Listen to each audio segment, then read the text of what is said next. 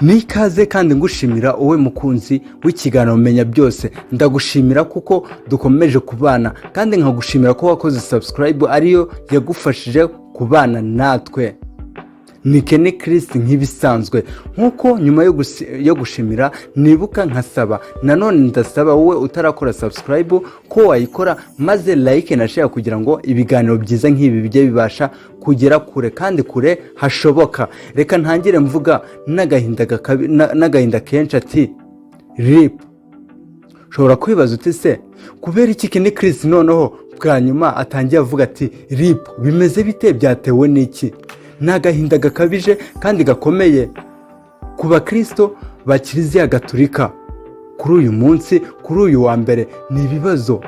Isi yanyeganyeze, isi irababaye cyane kuko itakaje umuntu ukomeye cyane, umuntu wavugaga makeya, waranzwe n'impuhwe kandi waranzwe no kugabanya ndetse no guhosha ibibazo byabaga biri hagati y'ibihugu n'ibindi, cyane ko yagerageje no gusura ibihugu byinshi bishoboka kuri iyi si, kandi yanafashije abantu benshi cyane babe abatishoboye.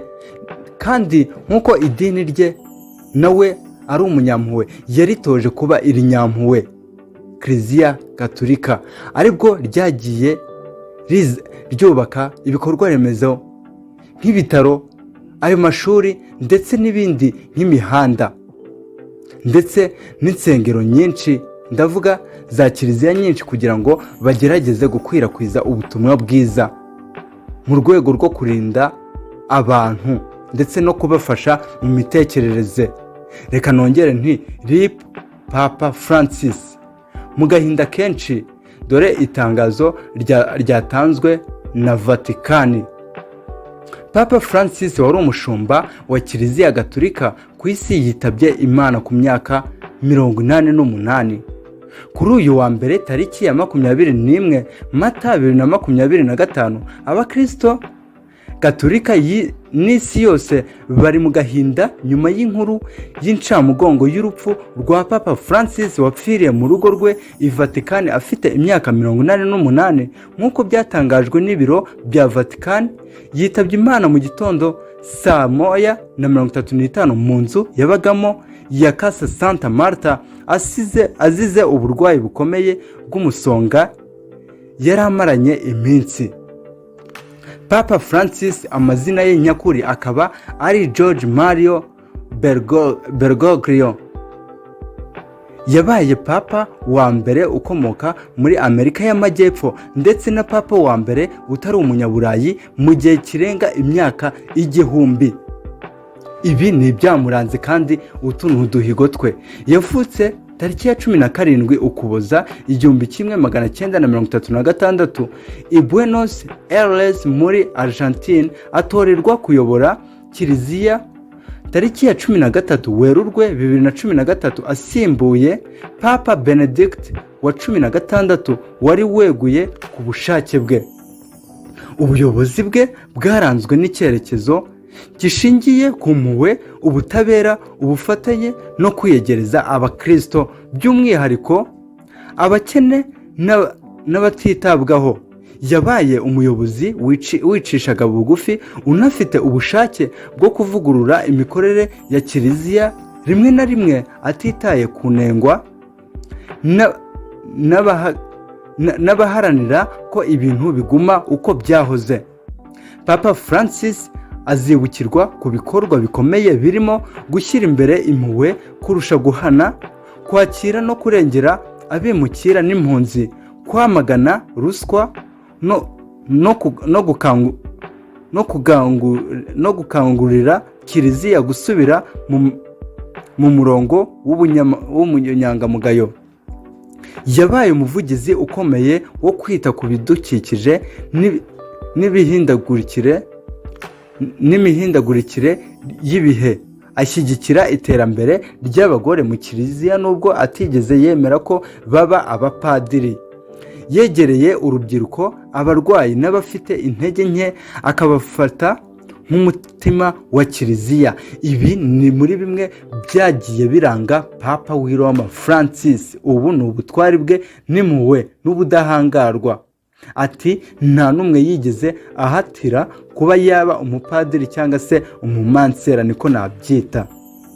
Yakunze kwitabira ingendo z'ubutumwa bw'amahoro n'isanamitima, asura ibihugu byinshi mu migabane yose. Yagaragazaga ubushake bwo kuvugisha ukuri n'ineza niyo byashoboraga kumutera ibibazo muri kiliziya. Ibi nibyo natangiye mbabwira ko yagerageje gusura ibihugu byinshi bitandukanye, ko mu myaka 2 yashize burya yarari no muri Kongo.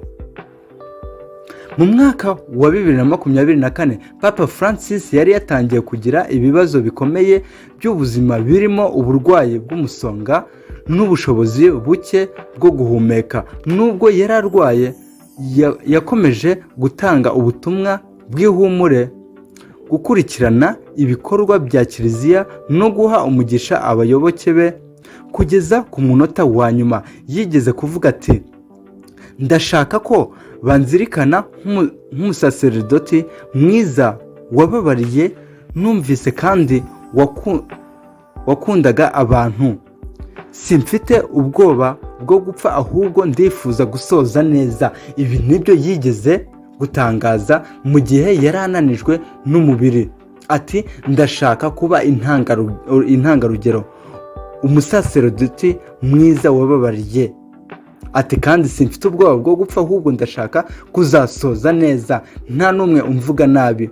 Urupfu rwa Papa Francis rwinjiye mu mateka nk'urw'umushumba wahinduye byinshi mu mitekerereze ya kiliziya, ushyira imbere urukundo, ubworoherane n'ubutabera. Yahanganye n'ibihe bigoye, yirinda ubwikanyize, ashimangira kiliziya, yegera abababaye aho kuba ashyirwa hejuru n'icyubahiro. Ibi ngibi nibyo byagiye bimuranga itandukaniro n'abandi bamubanjirije.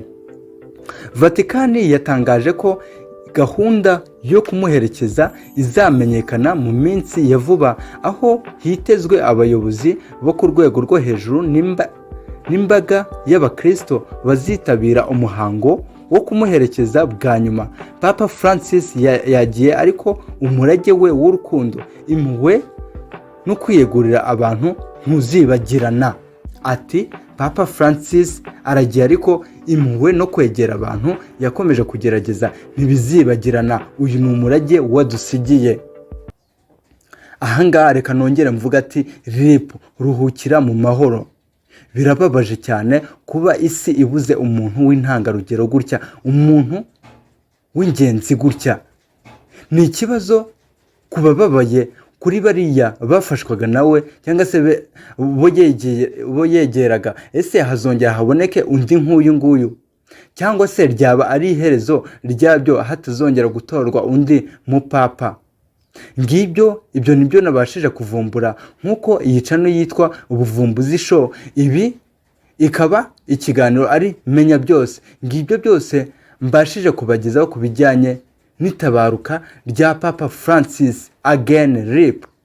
Uwo mwari kumwe nk'ibisanzwe ni Kenny Chris. Ndagusaba ko wakora subscribe maze tukazajya twibanira. Ndagushimiye, ngaho mugire ibihe byiza.